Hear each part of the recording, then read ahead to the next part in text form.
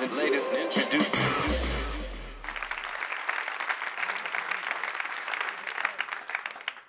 It was Mother Teresa that said, "On earth, I cannot do great things. I can merely do small things with great passion."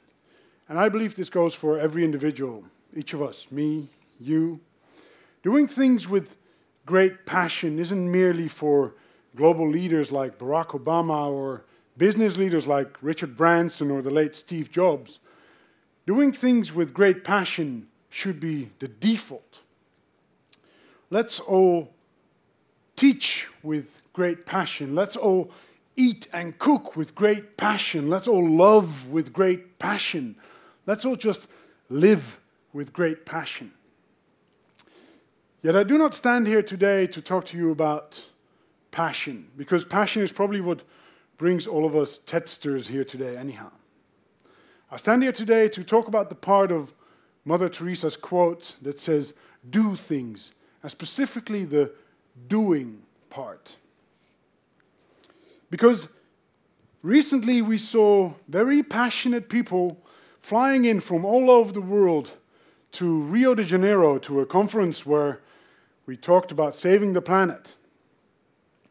We all flew in, we talked, we discussed, we negotiated, and we compromised for days on end, whilst blowing cold air through air conditionings in hundreds of hotel rooms to offset the heat of the warm duvets in these tropical rooms. And we went back home by airplane, and we talked even more. We talked about how hard it was to compromise. We've been flying up and down all over the world to talk about how to save the planet for decades now. Some of you may even remember Seven Suzuki's famous speech in 1992 at the same conference in Rio de Janeiro, 20 years ago. In 20 years' time, a lot has changed, yet nothing has changed. In 20 years' time, global population rose by 1.5 billion people. In 20 years' time, the amount of mega-cities in the world more than doubled from 10 to 21. GDP per capita grew by 40%. The amount of electricity we produce has grown by 66%. The amount of meat we eat per capita has grown by 26%. The natural resources we use has grown by 42%, and the CO2 emissions have risen by 40% in 20 years' time. The hottest 10 years ever recorded all occurred since 1998. The sea levels have risen by 5 centimeters. The amount of overexploited fish stocks have risen by 33%. And the multilateral international environmental agreements have risen by 330%. Bear with me, I'm getting to a point here. Of the 90 environmental agreements we set forth in 1992, only 4 have been realized. Now, I call upon those people who once felt a sense of urgency and importance about these matters, but who have lost heart or simply feel like they're a drop in the ocean, to reignite their passion. And to those people who really never really considered these issues or just don't give a rat's ass, I call upon you to feel a sense of urgency. And to the entrepreneurs out there, I call upon you to put stewardship before greed.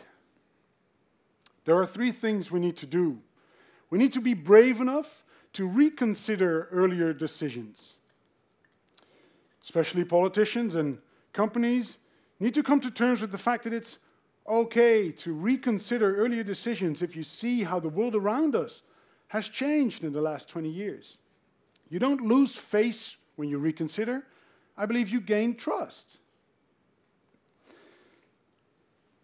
Some entrepreneurs need to reconsider their businesses, even more than others, by the way. We need to redesign both our products and our business models. Because sustainability is not about doing less things. Sustainability is doing things in a smarter way. It's about efficiency. Sustainability isn't a step backward. It's a step forward. It is innovation. It is design. It is beauty. And most of all, it is great fun. Sustainability needs to be motivating because as every parent or perhaps donkey owner knows, the carrot always wins from the stick. And lastly, we need to react. We need to react to the urgent threat that faces mankind. And I'm not talking about the planet. The planet will be just fine. Yeah, the planet has seen ice ages and volcano eruptions and meteorite impacts. The planet will be just fine. But we seem to have forgotten the collapses of complete civilizations like the Mayas or the Romans or these people.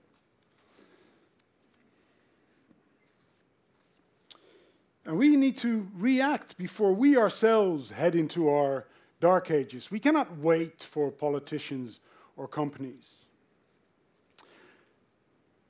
Just the other day I was at a workshop and I overheard a representative of one of the largest companies in the world saying, "People overestimate the decision power we have in the world." And this came from a representative of a company who is one of the biggest suppliers of global warming and are now eager to start drilling under the melting ice caps of the North Pole. That made me realize once again that we cannot wait for these companies to clean up their act. We need to all be a little bit like Mother Teresa and do small things with great passion. We need to act when we are in the supermarket. We can all act by just changing 5 things consistently that we put in our supermarket basket. Buy organic dairy. Buy less meat, but better meat. And support your local farmers market. We can all act when we talk about the deterioration of our education system. Go to your nearest school or university and offer to give free classes on your expertise, which hopefully is your passion. And we can all act when we complain about our ever-rising energy bills. Have you considered putting solar panels on your roof? Have you switched all your lights at home or in your office to LED lighting? And have you actually switched off all the lights at home or in your office and the heating when you left this morning? We need to act when we stand in front of any decision, no matter how small, because I believe we are all wise enough and smart enough to choose the more sustainable option. It is too late to wait. It is too late for anyone but yourself to act, because I believe this generation is not doomed. This generation is not doomed at all. This single generation has the opportunity to create the world we want to live in, and never before has your personal decision power been more relevant than right now.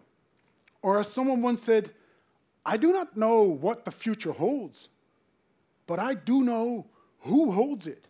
Thank you.